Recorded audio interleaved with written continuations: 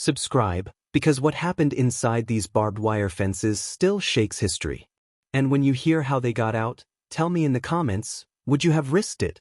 The gunshots cracked across the frozen forest just before dawn. Searchlights sliced through mist rising from the treeline.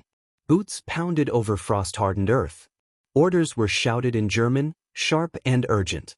Guard dogs strained at their leashes, snarling into the darkness beyond the outer fence. 2 prisoners were missing. It was April 1943 at Auschwitz, then known to Nazi authorities as a concentration and extermination complex in occupied Poland. By that point, tens of thousands had already been deported there. Most never left. No one escaped. Or at least, that's what the SS believed. The roll call that morning stretched longer than usual. Prisoners stood in rigid rows, striped uniforms clinging to thin bodies in the icy wind. Faces hollow. Eyes down. Any movement risked punishment. An officer read numbers, not names. When he reached the end, his jaw tightened. 2 numbers did not answer. Rudolf Vrba. Alfred Wetzler. Their absence was not just an embarrassment. It was a threat. Because Auschwitz was not merely a prison, it was a machine built on secrecy. Smoke rose daily from crematoria chimneys, but the outside world had only rumors. If someone escaped with proof, everything changed. Inside the barracks the night before, nothing had seemed unusual. Prisoners shuffled back from forced labor assignments. The air inside Block 16 was thick with sweat, damp wood, and quiet desperation. Vrba, 21 years old, sharp-eyed and analytical, had been watching the patterns for months. Transports arriving. Selection lines. The deception of resettlement. The immediate separation of families. He worked in a section known as Canada, where confiscated belongings were sorted. There, among mountains of suitcases and shoes, he learned the truth of scale. Entire communities vanished within hours. Wetzler, older, methodical, shared the same grim understanding. They didn't just want to survive. They wanted the world to know. Planning an escape from Auschwitz was considered madness. The camp spanned miles, ringed by electrified fences and guard towers. Surrounding it were patrols, informants, and a hostile countryside where locals risked execution for aiding prisoners. But Vrba noticed something crucial. When a prisoner went missing, the camp entered lockdown for 72 hours. Search teams scoured nearby villages. Guards tightened watch along roads and railways. If fugitives could hide within the camp's perimeter for those first critical days, they might slip past the external dragnet once it lifted. It was a dangerous gamble. They began studying blind spots. Supply areas. Woodpiles stacked near the outer fence. In early April, they confided in a small circle of trusted inmates, men who understood the risk of betrayal meant collective punishment. Those allies agreed to help conceal them. On April 7th, just before evening roll call, Vrba and Wetzler slipped behind a stack of lumber near the camp's edge. Fellow prisoners had prepared a cavity inside the pile, reinforced just enough to hold 2 men. Before sealing themselves in, they soaked tobacco mixed with gasoline around the wood. It was an old trick. Guard dogs often lost scent when confronted with strong fumes. Then they crawled into darkness. Outside, the final roll call began. Hours passed. Boots crunched nearby. Flashlights flickered between planks. At one point, a guard leaned against the very woodpile concealing them. Inside, they barely breathed.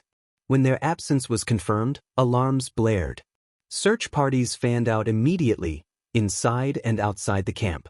Floodlights bathed the perimeter. Shots rang into the forest as warnings. Loudspeakers announced consequences for anyone assisting escapees. For 3 days, Vrba and Wetzler remained entombed within the lumber stack. They rationed crumbs of bread. They urinated into rags to avoid sound. Splinters dug into their skin. Insects crawled across their faces. On the second night, dogs circled. Snouts pressed against the wood. Growls low and suspicious. The gasoline-soaked tobacco did its work. The dogs recoiled, handlers pulling them away.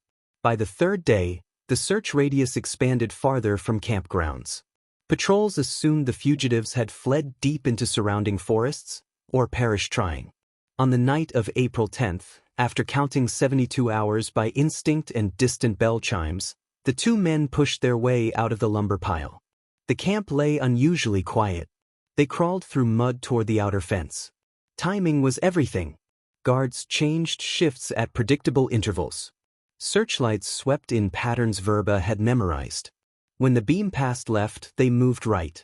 They reached the drainage ditch beneath the fence line, a narrow gap partially obstructed by brush.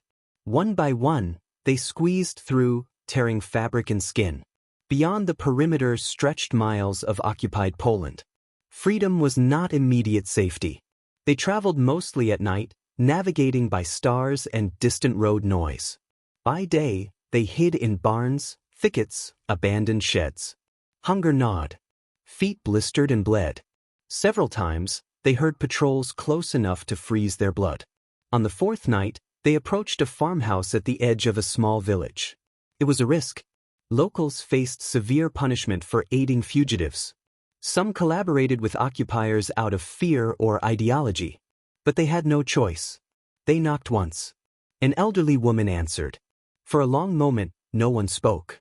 Then she stepped aside. Inside, by candlelight, they explained where they had come from. At first, disbelief clouded her face. Auschwitz was known as a labor camp. Hard conditions, yes, but extermination? Vrba described the crematoria. The gas chambers disguised as showers. The selection ramps. The mountains of belongings sorted daily. Silence fell heavy in the room. The woman crossed herself. She gave them bread, civilian clothing, and directions toward the Slovak border. Before they left, she pressed a rosary into Wetzler's hand. "Tell them," she whispered. The journey north took 11 more days. Crossing checkpoints required nerve and improvisation. They posed as displaced laborers. They avoided main roads. Twice, they lay motionless in fields while armed patrols passed within meters. By April 21st, they crossed into Slovakia. There, members of the Jewish underground resistance sheltered them in Zelina. Doctors examined their emaciated bodies. Leaders listened as they recounted everything in meticulous detail. Over several days, Vrba and Wetzler dictated what would become one of the most important documents of the war, a detailed report describing Auschwitz's layout, capacity, killing process, and estimated death toll. They included sketches, timetables, train arrival frequencies.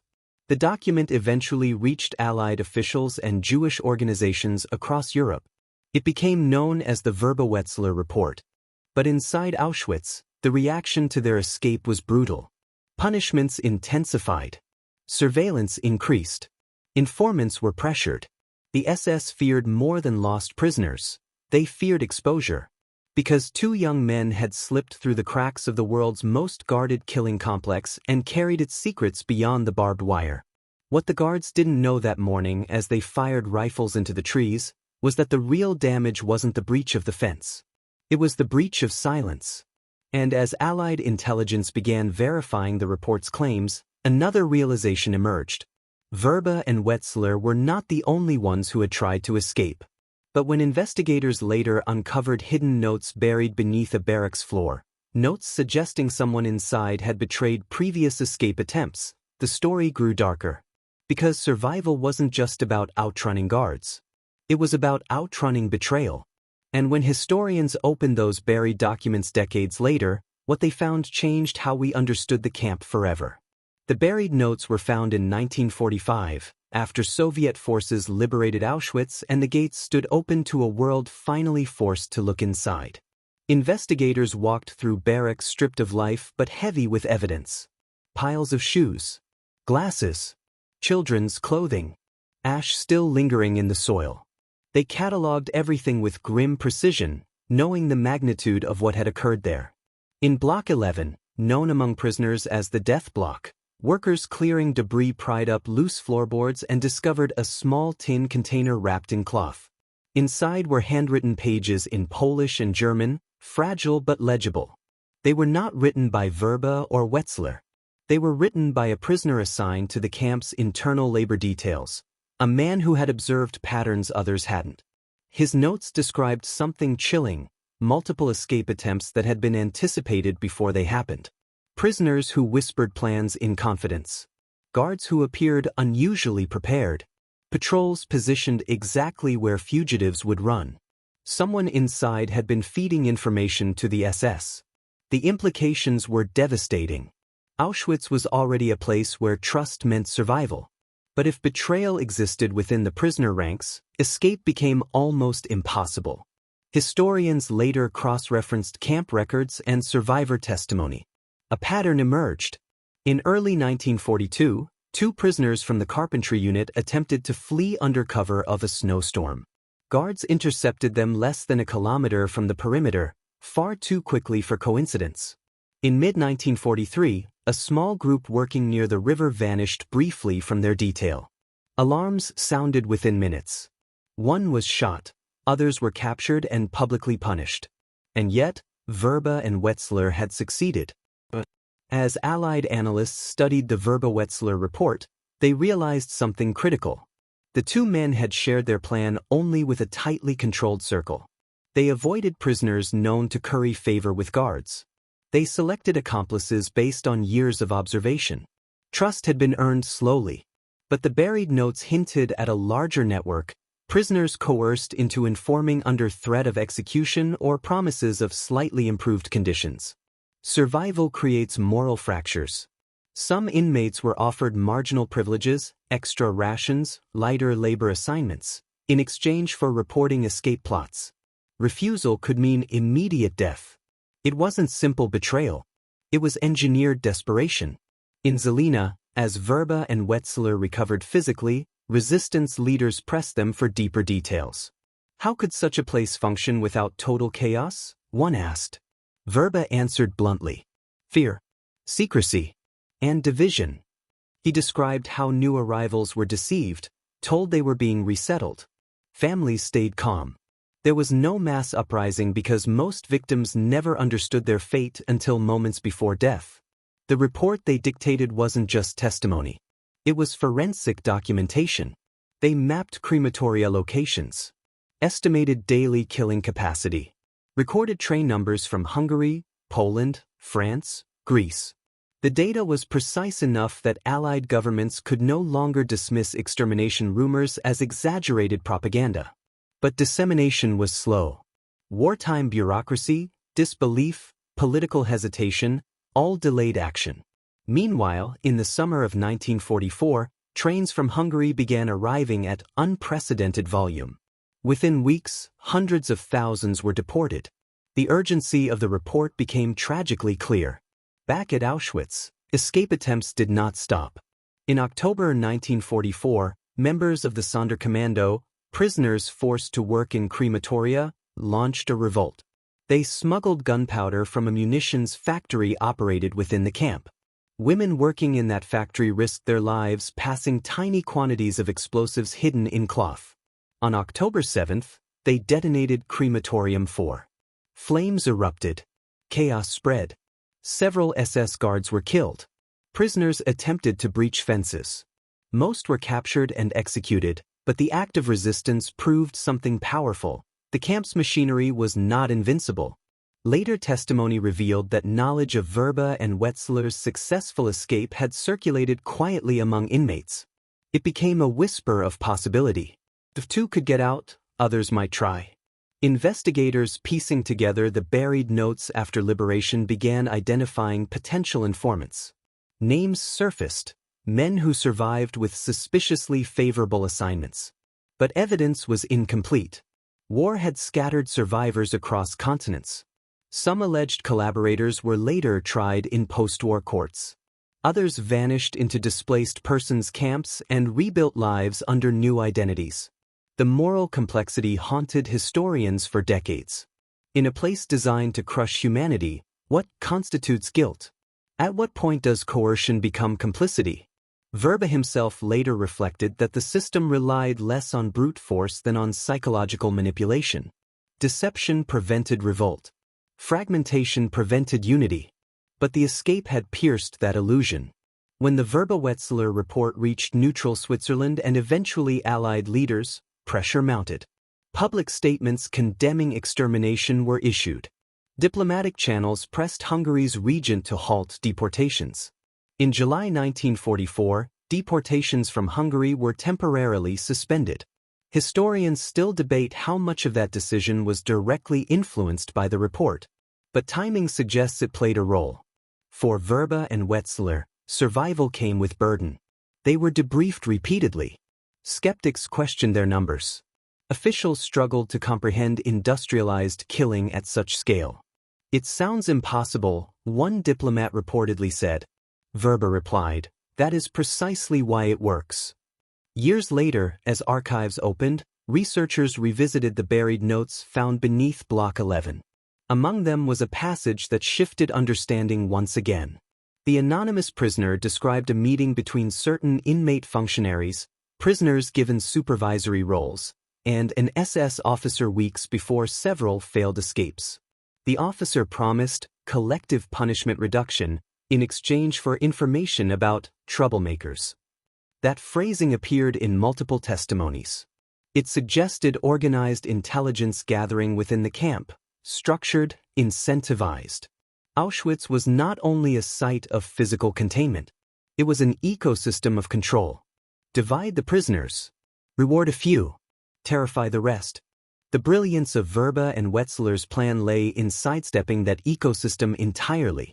Their circle was small, their hiding place unconventional, their patience absolute.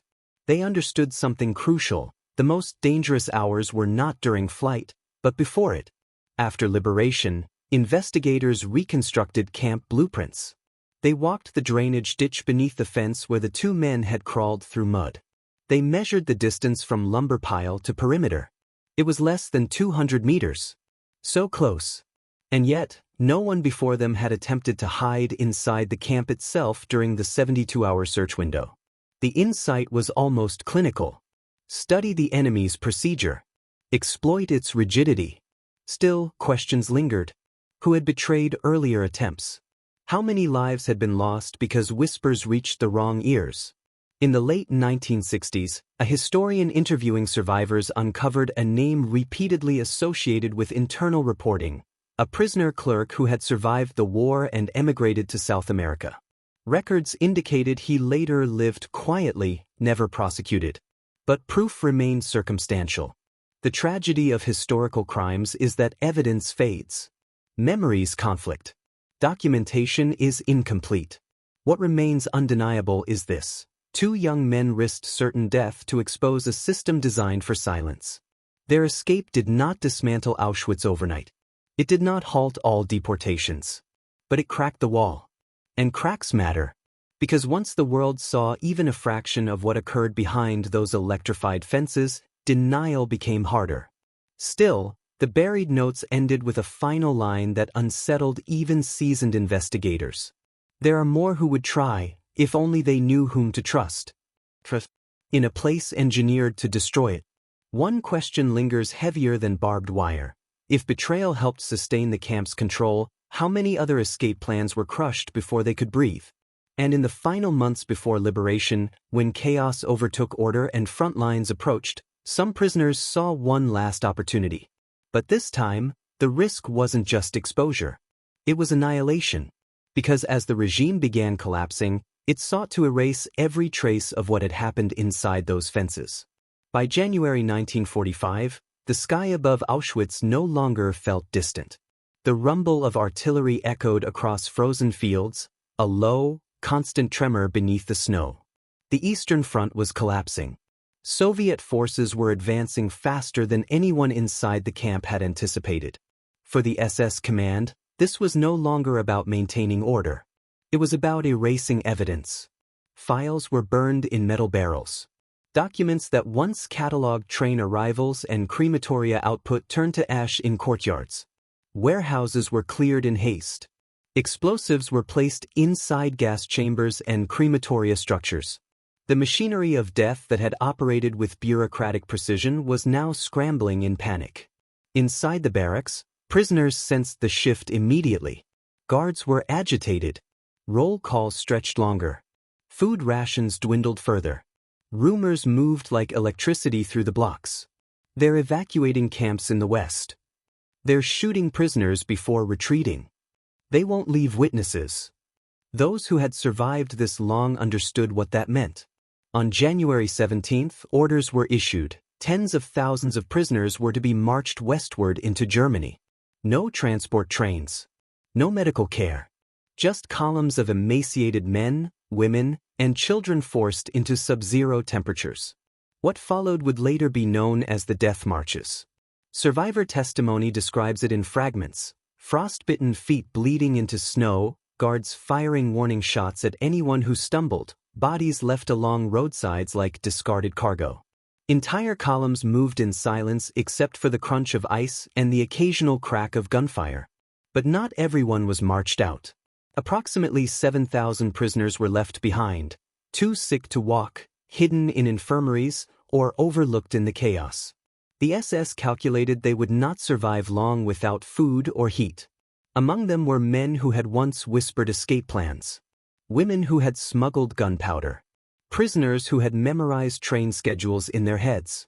They had lived in a place designed to end them. Now they waited in a camp half abandoned, its command structure dissolving. In the days that followed, isolated SS units attempted to destroy remaining infrastructure. Crematoria were blown apart. Storage buildings set aflame.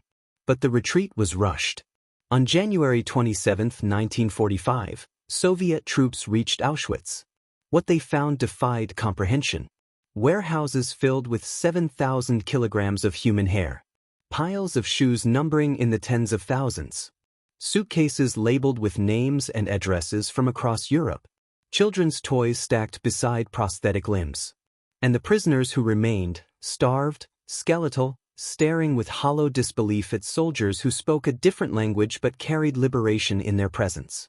The world would soon see photographs. But photographs only capture surfaces.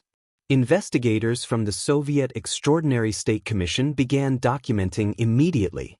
They photographed ruins, collected testimonies, measured the remains of gas chambers. Yet even in liberation, a final layer of deception surfaced. In nearby forests and fields, shallow graves were discovered, sites of executions carried out during the evacuation process.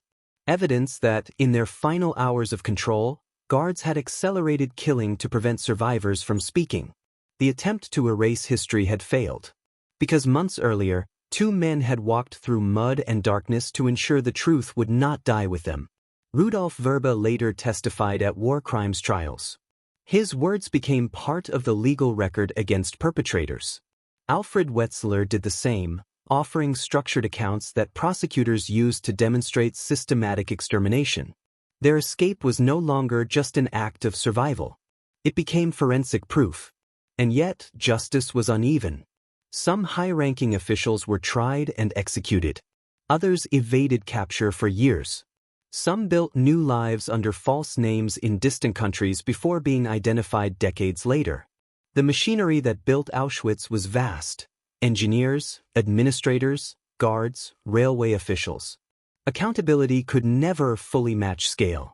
Historians continued piecing together the final months of the camp. One discovery shifted the narrative yet again. In the ruins of a warehouse destroyed before liberation, charred fragments of documents were recovered decades later during archaeological surveys. Using forensic reconstruction techniques, researchers identified partial transport logs dated mid-1944.